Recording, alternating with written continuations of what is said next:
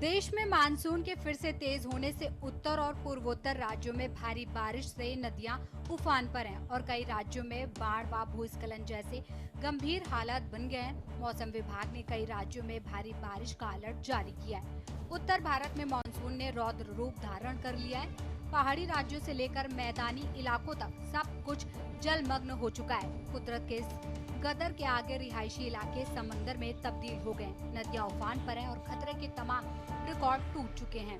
गंगा, यमुना, व्यास और कोसी जैसी प्रमुख नदियां तबाही का मंजर पेश कर रही हैं। तटीय इलाकों में रह रहे लाखों लोगों पर बेघर होने का खतरा मंडरा रहा है।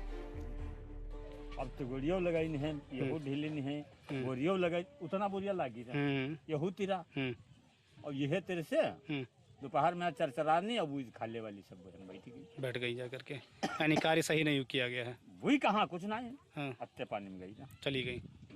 तो वो किस प्रकार से आप जीवन यापन यहाँ पर करते हैं? जैसे बच्चे होते होंगे तो कैसे बचाते होंगे नदी से? तो बच्चे हैं नान है, अब उनका का बताइए, जब यह तिरहा ना तो उनका बचाना पड़ता है।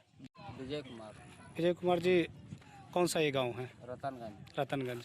तो यहाँ पर जिस तरीके से बीते वर्ष शारदा नदी का कहर इतना तेज था कि लोगों के घर कट गए थे। कितने घर कट गए थे? 27-28 कट गया। उसके बाद में जो कार्य किया जा रहा है आप लोगों के घरों को बचाने के लिए, कैसा कार्य हो रहा है?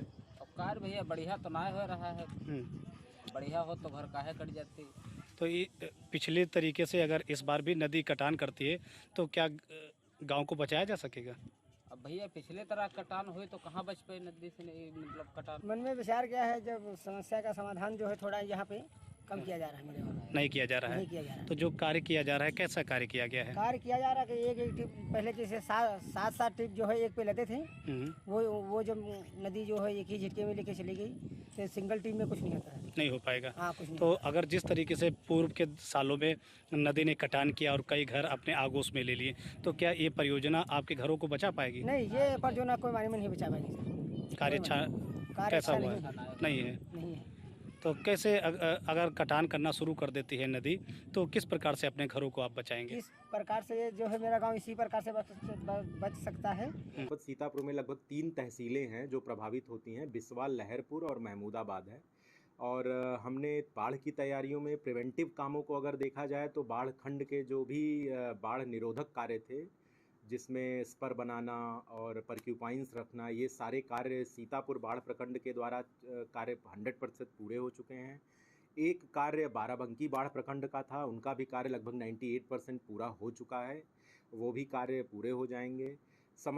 इसमें हम सुविधाओं को दृष्टिगत हमारे जितने भी टेंडर होने थे, चाहे वो राशन किट का टेंडर हो, चाहे वो फूड पैकेट का टेंडर हो, लॉजिस्टिक्स का टेंडर हो, सफाई कर्मियों और सैनिटेशन का टेंडर हो, ये सारे टेंडर जारी होकर के वर्क ऑर्डर जारी हो चुके हैं।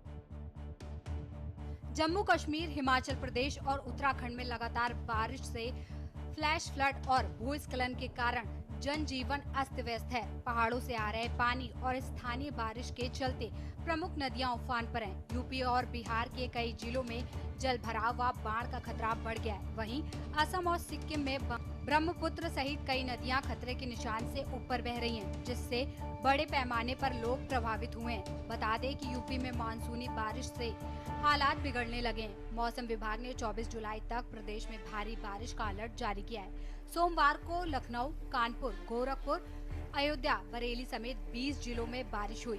इधर पहाड़ों पर हो रही लगातार बारिश से यूपी की कई नदियां का जलस्तर तेजी से बढ़ रहा है। वाराणसी, प्रयागराज में घाटों की सीढ़ियां डूब गई हैं। काशी में दशाश्वमेध से लेकर पंचगंगा घाट तक रत्नेश्वर महादेव मंदिर समेत 40 छोटे मंदिरों में पानी भर गया है। एटा में अरिंद नदी उफान पर है। तटीय गांवों में बाढ़ का खतरा बढ़ गया है। पिछले 24 घंटे में बारिश और बिजली गिरने की वजह से प्रदेश में 10 लोगों की मौत की खबरें मिली हैं। मौसम विभाग ने अगले 48 घंटों के लिए कई राज्यों में रेड अलर्ट जारी कर दिया है। नदियां खतरे के निशान को लांघ चुकी हैं और अलर्ट मोड पर प्रशासन लगातार राहत सामग्री और रेस्क्यू ऑपरेशन में जुटा हुआ है। बारिश थमी नहीं है और खतरा अभी टला नहीं है। कुदरत के इस इम्तिहान में सवाल यही है कि क्या हमारा सिस्टम इस जल प्रलय से निपटने के लिए तैयार है। स्पेशल डेस्क के न्यूज़ इंडिया।